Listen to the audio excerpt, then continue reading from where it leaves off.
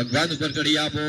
ઓમ ભોરુસ્વ ગંધોદક સ્નાનમ સમર્પયામિ નમસ્કરોમિ. ભગવાનને ચંદનના પાણી સ્નાન કરાવ્યું. ભગવાનને કહ્યું ચંદનમાં જેવી શીતળતા હોય એવી શીતળતા અમને અમારા સહપરિવારમાં અમારા ગામમાં તું આપી.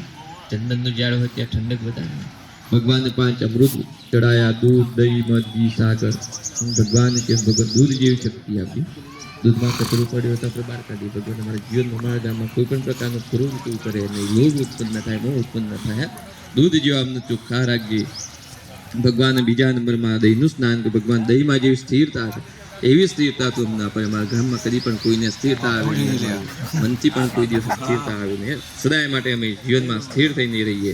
ભગવાનને ત્રીજી વાર ઘીનું સ્નાન. ભગવાન ઘીમાં જેવી શક્તિ છે એવી શક્તિ તો અમને અમારા પરિવારમાં ગામમાં આપજે. ધનની શક્તિ કહેવા, તમે આયુષ્યની શક્તિ કહો, મનની શક્તિ કહો. ભગવાન મધનું સ્નાન, કે ભગવાન મધ જેવી મીઠાશ તો અમારા ગામમાં આપજે. જીવનમાં કોઈ દિવસ પણ અમારા જીવનમાં કે ગામમાં કડવાશ આવે નહીં. સાકર જેવા તો રાખે.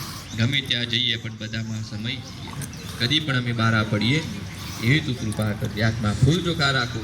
ભગવાનને નમસ્કાર કરી આપો. ઓમ ભરુસ્વા એકદંતાય વિદ્મહે વક્રતુંડાય ધીમહિ તન્નો દંતે પ્રચોદયાત. ઓમ નમો ભગવતે વાસુદેવાય.